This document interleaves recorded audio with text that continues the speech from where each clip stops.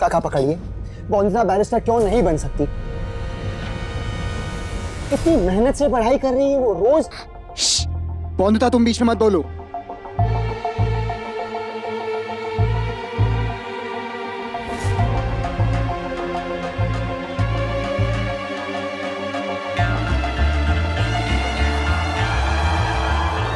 अति उत्तम बहू, अति उत्तम। अरे ये बड़ी उत्तम कला है तुम्हारी, है? कैसे अपने क्रांतिकारी बैरिस्टर बाबू पति देव को बड़ों के आगे चुप रहना सिखा दिया है तुमने, है? बहुत खुश है हम आज बहू, तुमसे बहुत खुश है। एक काम करते हैं, तुम ध्यान लगाओ, हम जाके दुर्गा माँ के आगे हाथ जोड़ के तुम्हारे लिए प्रार्थना करते हैं। और ये रसगुल्ले रखे हैं और यहाँ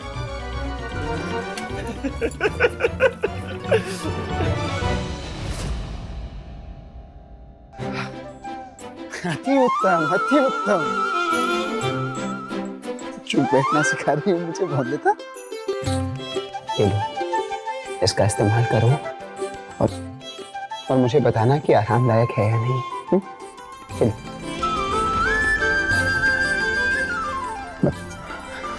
बाहर रुका।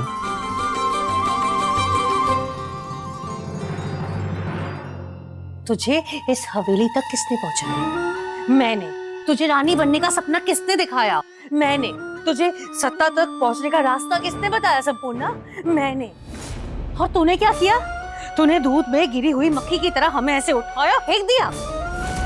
अरे कितनी बदल गई है तू संपूर्णा। ना ही मैं बदली हूँ और ना ही मेरे सपने खत्म हुए हैं, और मेरे यहाँ रहने के लिए तुम दोनों का यहाँ से जाना जरूरी था माँ।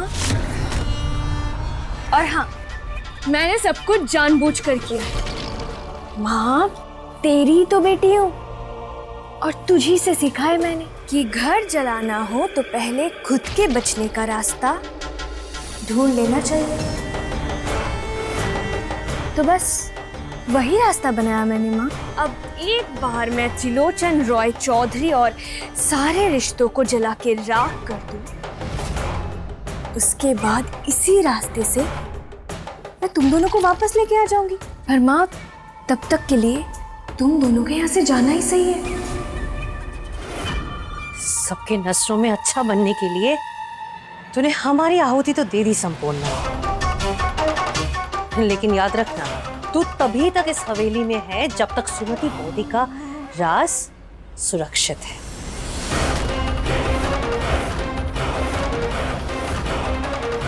हमेशा याद रखना कि मैं तेरी माँ हूँ।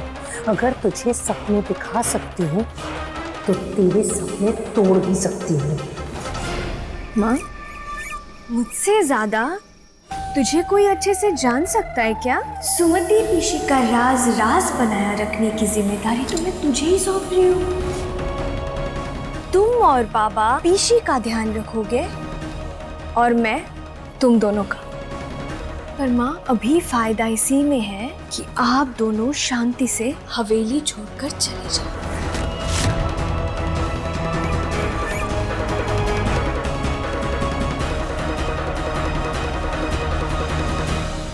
पौंदिता, कोई परेशानी तो नहीं हो रही ना चलने में?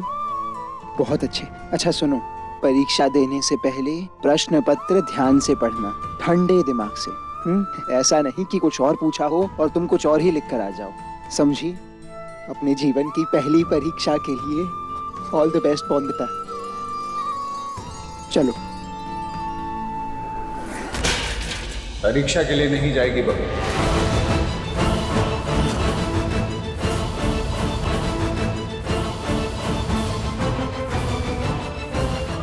तू नहीं जा सकती का? क्योंकि अब बच्ची नहीं है हमारी बहू, महावारी लग गई है इसकी। सही मायने में स्त्री बन गई है हमारी बहू। और कोई कारण तो होगा ना कि हमारे रीति रिवाज और परंपराएं कुछ कहती हैं। क्यों अनुमति नहीं है कुछ बातों की? और समाज की यही प्रथा है ना कि एक बार महावारी लग गई तो घर के बाहर नहीं जाएगी लड़की। इसीलिए अब इसे तुम हमारी सलाह समझो या हमारा आदेश, लेकिन बहू इस घर के बाहर कदम नहीं रखेगी जब तक उसकी माहवारी चलेगी। बहू जाओ अपने कमरे में।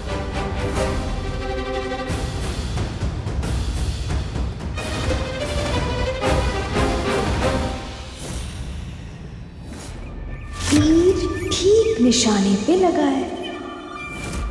हे दुर्गा माँ, मेरी बहन ने बहुत कुछ किया है मेरे लिए, सबकी माफी दिलवाई, मुझे दूसरा मौका दिलवाया इस घर में रहने का।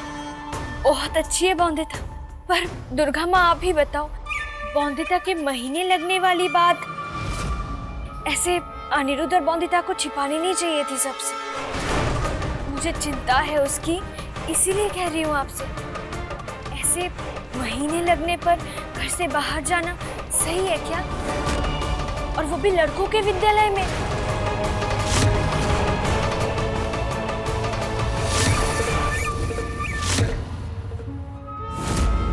एक मिनट रुको बौंदिता, कहीं जाने की कोई जरूरत नहीं है। काका, बौंदिता परीक्षा देने जाएगी। अरे अगर बौंदिता को कोई दिक्कत नहीं है घर के बाहर जाने में, तो समाज को क्या दिक्कत होगी काका? तुम समझते क्यों नहीं हो अनिरुद्ध कभी भी कुछ? क्या नहीं समझ रहा काका मैं? तरह तरह के लोग तरह तरह की बातें बनाएंगे बहू के बारे में। वहां विद्यालय में लड़के भी होते हैं अनिरुद्ध। नहीं, इस हालत में, ऐसे समय में बहू का लड़कों के साथ घुलना मिलना बिल्कुल सही नहीं है। काका, इस हालत में आराम करना चाहिए बहू को, बस। बहू, जब तक माहवारी है अपने कमरे में ही रहोगी। तो कमरे में? एक मिनट काका, एक मिनट। पहली बात तो ये कि इस हालत से आपका क्या तात्पर्य है? काका, ये महामारी है, कोई बीमारी थोड़ी है काका। प्राकृतिक चीज है जो हर औरत के साथ होती है। तो इसका मतलब ये कि हर औरत अपने आप को बांध कर किसी कमरे में बैठ जाए। महामारी कोई छुआछूत का रोग थोड़ी है कि औरत अपने आप को हर चीज से अलग कर ले, सारी चीजों को अपने आप से दूर रखे, बस किसी कमरे के कोने में अपना दर्द सहती रहे, अकेली पड़ी रहे। ये आप चाहते हैं काका? हे, শোনো শোনো শোনো শোনো শোনো এদিকে আসো। रॉय चौधरी बहू को, बौंदिता को महीना लग गया है। अच्छी बात है। बात तो अच्छी है, लेकिन वो समाज के सारे रस्म तोड़ने जा रहा है। ओ माँ, एटाई तो बोलছি, वो जमींदार त्रिलोचन की नहीं सुनती है बिल्कुल। तो आपकी, हमारी क्या सुनेगी क्या? नहीं ना? नहीं। इसीलिए हम रॉय चौधरी हवेली छोड़ के आ गए। अच्छा किया। हाँ, इस पाप का भागी हमें नहीं बनना है, हमें भी तो मुंह दिखाना है ना काली माँ को। अच्छा, ये बात ना सिर्फ आप लोगों को ही मैंने बताई है, किसी को मत बताना। हाँ, किसी को नहीं, ठीक है? क्या लगता है हम बुरा चाहते हैं बहू का? हमें परवाह नहीं है बहू की। समाज का डर होता है अनिरुद्ध, तुम्हें ना हो। हमारी सलाह है, अपनी जिद पूरी करने के लिए हमारी बहू को आग का दरिया पार मत कराओ। अपना जुनून रखो किनारे, बहू के भले के बारे में सोचो। माहवारी स्त्रियों को होती है, हम और तुम नहीं समझ सकते। अरे वही समझ सकती है कि कितना दर्द सहना पड़ता है उन्हें। बिल्कुल सही कह रहे हैं आप काका। मैं बस इतना कहना चाह रहा हूँ कि जो शारीरिक बदलाव, जो महामारी का जो एहसास है, वो हर औरत की व्यक्तिगत भावना होती है। तो उसका निर्णय भी औरत का व्यक्तिगत होना चाहिए ना काका, ताकि किसी समाज का थोपा हुआ, किसी नासमझ पुरुष का थोपा हुआ, जिसने उस एहसास को जाना ही नहीं, उसे समझा ही नहीं, उसे जिया ही नहीं काका। मैं, आप, हम में से कोई नहीं जानता कि महामारी का कैसा एहसास होता है, कितनी भावनाओं का बदलाव होता है शरीर में।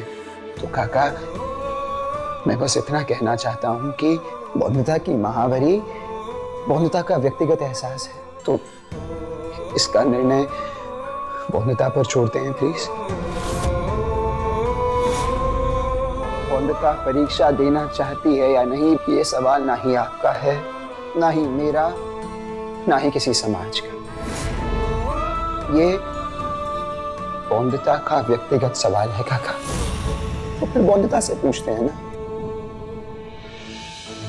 वंदिता, बिना किसी दबाव में आए मेरे एक सवाल का जवाब दो। तुम घर के बाहर जाना चाहती हो? क्या तुम अपनी परीक्षा देना चाहती हो? क्या तुम्हें समाज का कोई भी डर है?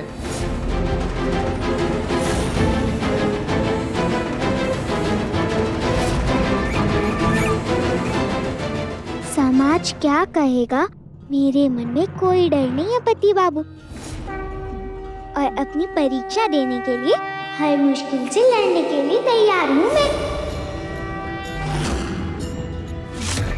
माहवारी मेरी कमजोरी नहीं है, मेरे शरीर का ही हिस्सा है। पर अगर समाज इसे हम औरतों की कमजोरी समझता है तो मैं इस कमजोरी से लड़ूंगी, उसे हराऊंगी और हासिल करूंगी अपना लक्ष्य। मैं दिखाऊंगी वो हिम्मत जो हर औरत को दिखानी चाहिए और पूरा करूंगी वो सपना जो आज मैं देख रही हूँ, पर कल हर लड़की को देखना चाहिए।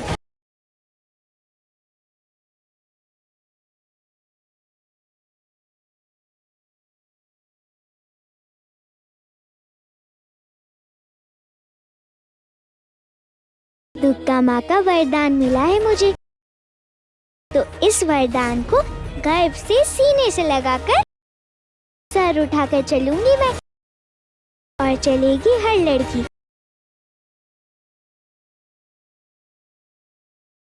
चल।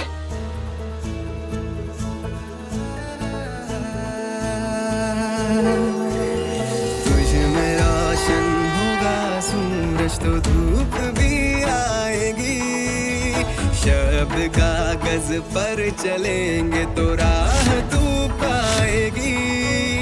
तेरी किस्मत तेरे हाथों से ही लिखी जाएगी, तेरे कदमों के निशानों पर चलेगी दुनिया। मैं तेरी आंखों में देखूं सपना मेरा, रिश्ता तेरा मेरा, रिश्ता तेरा मेरा।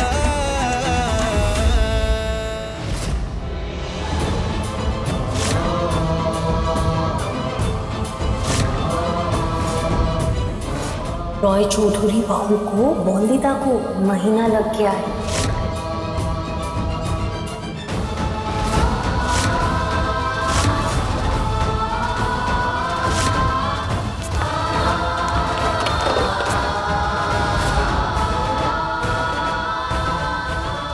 इन पापियों के पास मत जाना, चलो यहाँ से।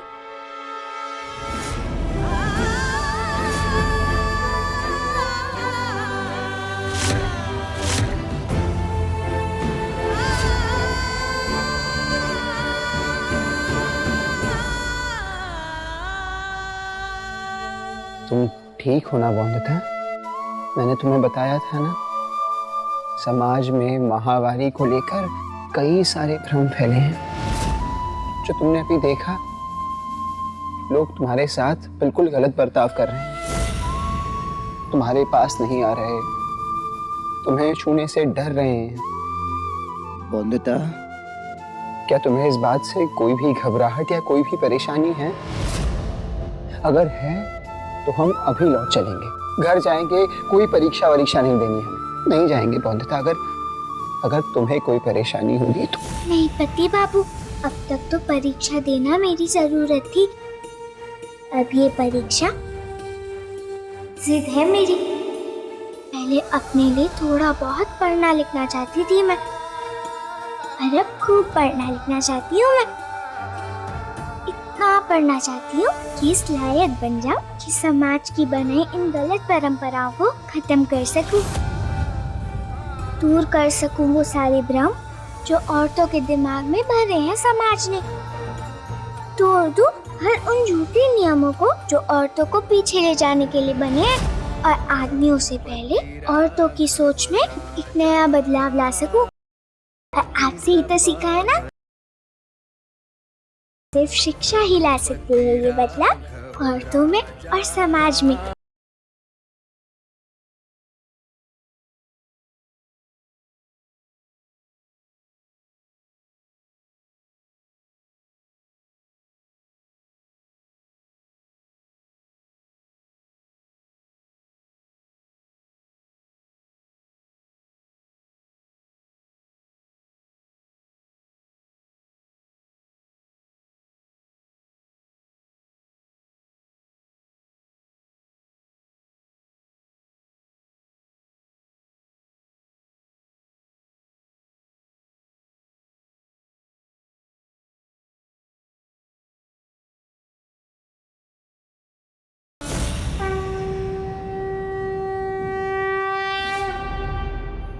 अरे रॉय चौधरी ने आंखों की शर्म बेच दी है क्या?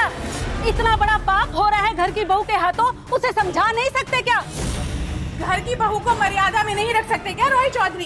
करें तो करें क्या, पूरी कोशिश तो की बहू को रोकने की, उंगलियां तो सब हम पे ही उठेगी ना। सुनिए, आप कहे तो मेरे पास एक तरीका है लोगों की जुबान बंद करने का, और हर उस उंगली को मोड़ने का जो उठ रहे हैं राव चौधरी खानदान पर।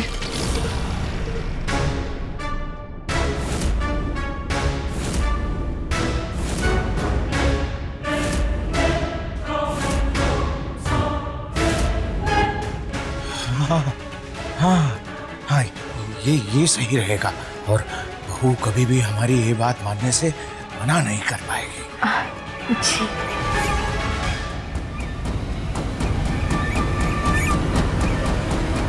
भोपू पे बोल बोल के पढ़ाया था ना आपने, इसीलिए सारे प्रश्नों के उत्तर याद थे मुझे।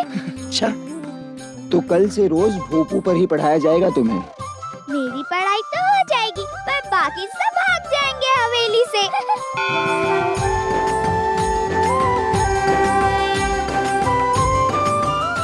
भगवान जी के आशीर्वाद से बहुत अच्छी हुई है मेरी परीक्षा, इसीलिए मंदिर में माथा टेककर भगवान जी को धन्यवाद कह दूं मैं पति बाबू। जरूर बोंदता, जाओ।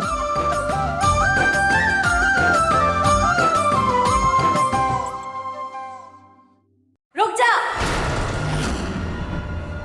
तू मंदिर के अंदर नहीं जा सकती।